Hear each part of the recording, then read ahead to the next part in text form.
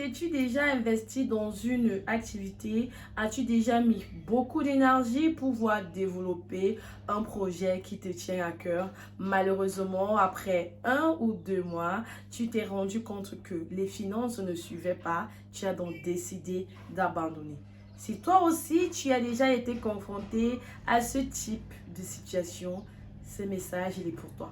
De plus en plus, nous voyons des jeunes qui abandonnent facilement.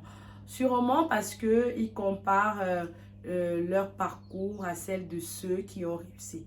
Mais laisse-moi te dire que tout ce qui vient de Dieu prend du temps. Souvent, on a l'impression que quand on travaille, Dieu ne nous voit pas, ou alors les hommes ne nous voient pas. Et on voit que les autres, ils sont en train d'évoluer. Nous sommes statiques, nous sommes sur place, rien n'évolue. Depuis des années que je vends au marché, je n'arrive même pas à faire un chiffre d'affaires de 50 000 par jour. Depuis que je suis influenceuse, je n'ai même pas les abonnés et tout. Toutes ces questions qu'on se pose là, en fait, c'est parce que on se compare aux autres. Il est important de retenir que le parcours est différent chez chacun. Il y a des personnes qui peuvent commencer aujourd'hui, Dieu les bénit aujourd'hui. Mais tu penses que Dieu les a bénis aujourd'hui? Non. C'est parce que peut-être ils ont duré dans une autre activité qui n'était pas la leur. Du coup, quand ils sont venus dans une activité qui les correspond rapidement, Dieu bénit. Pas facilement, mais il bénit parce qu'il a vu le travail. Souvent, quand vous voyez, vous travaillez, rien ne décolle, vous êtes peut-être chef, vous travaillez dans une entreprise, vous êtes stagiaire quelque part, on intègre tout le monde, mais vous, on ne vous choisit pas. Vous avez l'impression que vous avez un masque sur le visage.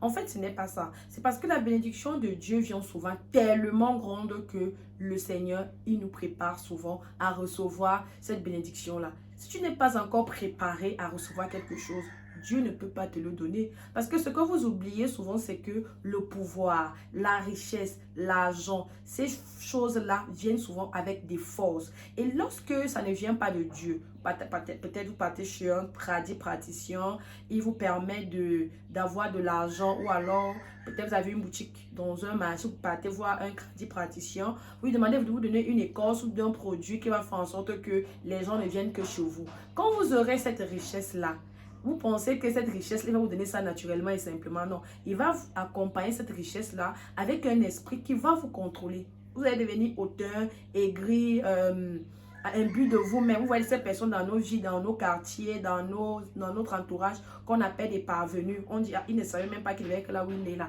Parce qu'il n'a pas attendu le temps de Dieu. Il est parti chercher la richesse trop tôt chez quelqu'un qui lui a donné ça avec un esprit qui le contrôle maintenant. Vous devenez un but de vous-même. Vous ne voyez pas les autres. Dès que vous vous comportez mal, vous méprisez tout le monde. Et la fin, c'est souvent quoi? Vous vous suicidez ou alors vous vous retrouvez seul.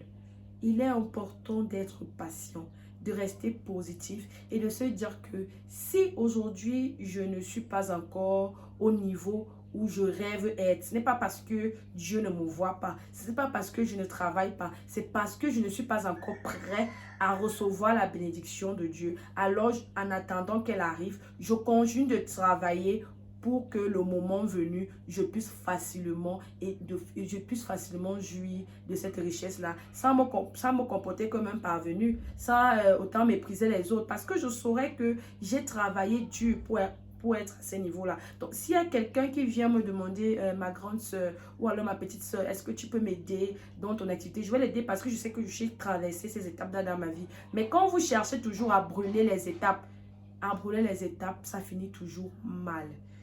Soyez des jeunes patients. Soyez des jeunes qui mettent leurs genoux au sol, qui prient leur Dieu lorsqu'ils veulent réellement quelque chose.